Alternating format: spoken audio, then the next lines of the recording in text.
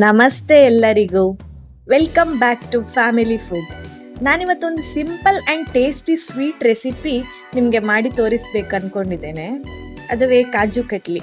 ಇದು ಹೆಚ್ಚಿನ ಜನಕ್ಕೆ ಇಷ್ಟ ಆಗುವ ಸ್ವೀಟ್, ಆದರೆ ಬೇಕರಿಯಲ್ಲಿ ಇದರ ಪ್ರೈಸ್ ತುಂಬ ಕಾಸ್ಟ್ಲಿ. ಹಾಗಾದರೆ ರೀಸನೇಬಲ್ ಪ್ರೈಸ್ನಲ್ಲಿ ನಾವೇ ಮನೆಯಲ್ಲಿ ಮಾಡ್ಬೋದಲ್ಲ? ಹಾಗಾದರೆ ಲೇಟ್ ಯಾಕೆ? ಬನ್ನಿ ರೆಸಿಪಿ ಸ್ಟಾರ್ಟ್ ಮಾಡೋಣ.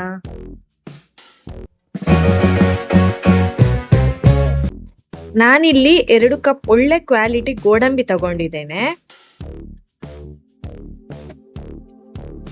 ಒಂದು ನಾನ್ ಸ್ಟಿಕ್ ಪ್ಯಾನ್ ಅನ್ನ ಗ್ಯಾಸ್ ಮೇಲೆ ಇಟ್ಟು ಅದಕ್ಕೆ 1 ಕಪ್ ಸಕ್ಕರೆ ಹಾಗೆ ಅರ್ಧ ಕಪ್ ನೀರು ಹಾಕಿ ಸ್ಲೋ ಫ್ಲೇಮಲ್ಲಿ ಇಟ್ಕೊಂಡಿದ್ದೇನೆ. ನಾನಿಲ್ಲಿ ನಾನ್ ಸ್ಟಿಕ್ ಪ್ಯಾನ್ ಯೂಸ್ ಮಾಡಿರೋದು ತಳ ಹಿಡಿಬಾರ್ದು ಅಂತ, ಹಾಗೆಯೇ ಅದಕ್ಕೆ ಮರದ ಸೌಟನ್ನು ಯೂಸ್ ಮಾಡಿದ್ದೇನೆ.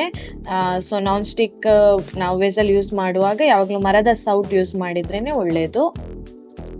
ಸೊ ಸಕ್ಕರೆ ಪಾಕ ಆಗುವ ಹೊತ್ತಿಗೆ ನಾವು ಈ ಗೋಡಂಬಿಯನ್ನು ಪೌಡರ್ ಮಾಡಿಕೊಂಡ್ರೆ ಆಯಿತು. ನಾನು ಈ ಗೋಡಂಬಿಯನ್ನು ಸಣ್ಣ ಜಾರ್ನಲ್ಲಿ ಹಾಕಿ ಪೌಡರ್ ಮಾಡ್ಕೊಳ್ತೇನೆ. ಇದು ಪೌಡರ್ ಮಾಡ್ಕೊಳ್ಳುವಾಗ ಸ್ವಲ್ಪ ಅಂಟಾಗ್ತದೆ. ಸೊ ಇದನ್ನು ನಾವು ಜಾಲಿಸಿಕೊಳ್ಳುವಾಗ ನಾವು ಸ್ಟೀಲ್ ಸ್ಟ್ರೈನರನ್ನು ಯೂಸ್ ಮಾಡಬೇಕು. ಯಾಕಂದರೆ ನಾವು ಜಾಲಿಸಿಕೊಳ್ಳುವಾಗ ಸ್ವಲ್ಪ ಕೈಯಿಂದ ಪ್ರೆಸ್ ಮಾಡಿ ಜಾಲಿಸಬೇಕು, ಇಲ್ಲದಿದ್ದರೆ ಅದು ಪೌಡರ್ ಕೆಳಗೆ ಬೀಳುವುದಿಲ್ಲ. ಹಾಗೆ ಮೇಲ್ಗಡೆ ಸ್ವಲ್ಪ ತರಿಯಾಗಿ ಗೋಡಂಬಿ ಉಳಿದ್ರೆ ಅದನ್ನು ಮತ್ತೊಂದು ಸತಿ ಮಿಕ್ಸಿ ಜಾರಿಗೆ ಹಾಕಿ ಮತ್ತೊಂದು ಸತಿ ಪೌಡರ್ ಮಾಡಿ ಮತ್ತೆ ಸೇಮ್ ರಿಪೀಟ್ ಮಾಡಿದರೆ ಆಯಿತು. ಎಲ್ಲ ಗೋಡಂಬಿ ಪೌಡರನ್ನು ಜಾಲಿಸಿಕೊಂಡಾಗಿದೆ. ಈಗ ಇದನ್ನು ಸಕ್ಕರೆ ಪಾಕಕ್ಕೆ ಹಾಕಿ ಚೆನ್ನಾಗಿ ಮಿಕ್ಸ್ ಮಾಡಿಕೊಳ್ಬೇಕು. ಈ ಸಕ್ಕರೆ ಪಾಕ ಒಂದೇಳೆ ಪಾಕ ಆದರೆ ಆಯಿತು. ಹೀಗೆ ನಾವು ಸ್ಲೋ ಫ್ಲೇಮಲ್ಲಿ ಇಟ್ಟರೆ ನಮ್ದಿಲ್ಲಿ ಗೋಡಂಬಿ ಪೌಡರ್ ಆಗುವಾಗ ನಮ್ಮದು ಸಕ್ಕರೆ ಪಾಕ ಕೂಡ ರೆಡಿ ಆಗ್ತದೆ. ಸೊ ನೀವೊಂದ್ಸತಿ ನೋಡಿ ಹೇಗೆ ಸಕ್ಕರೆ ಪಾಕ ಕಾಣ್ತಾ ಉಂಟು. ಸೊ ಈ ಹದಕ್ಕೆ ಬಂದರೆ ನೀವು ಅದಾದಮೇಲೆ ಈ ಪೌಡರನ್ನು ಆ್ಯಡ್ ಮಾಡಿ ಕೈ ಬಿಡದೆ ತಿರುಗಿಸ್ಬೇಕು.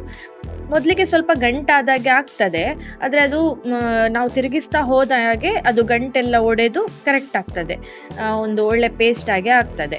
ಸೊ ನೀಟಾಗಿ ತಿರುಗಿಸಿ ಅದಾದಮೇಲೆ ನಾವು 1 ಸ್ಪೂನ್ ತುಪ್ಪವನ್ನು ಇಲ್ಲಿ ಆ್ಯಡ್ ಮಾಡ್ಕೊತಿದ್ದೇನೆ. ಸೊ ತುಪ್ಪವನ್ನು ಆ್ಯಡ್ ಮಾಡಿಕೊಂಡು ಕೂಡ ಮತ್ತೆ ಚೆನ್ನಾಗಿ ತಿರುಗಿಸ್ಬೇಕು.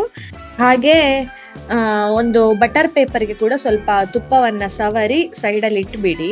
ಹಾಗೆ ಈ ಕಾಜು ಕಟ್ಲಿದ್ದು ಪೇಸ್ಟ್ ನೋಡಿ ಹೀಗೆ ತಿರುಗಿಸಿ ಈ ಕನ್ಸಿಸ್ಟೆನ್ಸಿ ಬಂದ ಮೇಲೆ ನಾವು ತುಪ್ಪ ಸವರಿಟ್ಟಂಥ ಬಟರ್ ಪೇಪರ್ ಮೇಲೆ ಇದನ್ನು ಹಾಕಬೇಕು.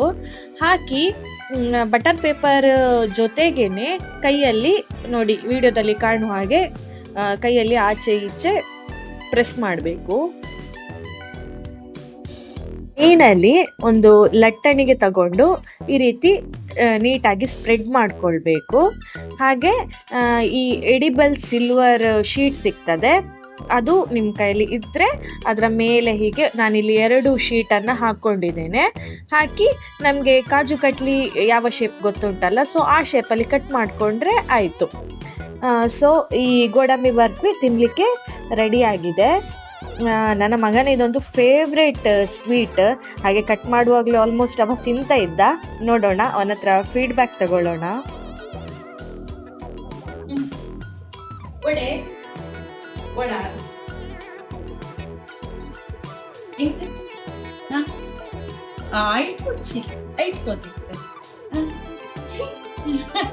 ಅವನಿಗೆ ಈ ಸ್ವೀಟ್ ಯಾವಾಗಲೂ ಇಷ್ಟನೇ.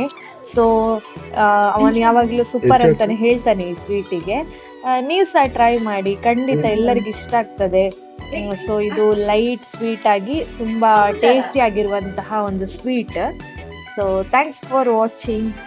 ಈ ವಿಡಿಯೋ ನಿಮಗೆ ಇಷ್ಟವಾದರೆ ಲೈಕ್ ಮಾಡಿ, ಶೇರ್ ಮಾಡಿ, ಹಾಗೆ ಚಾನಲನ್ನು ಸಬ್ಸ್ಕ್ರೈಬ್ ಮಾಡಿ.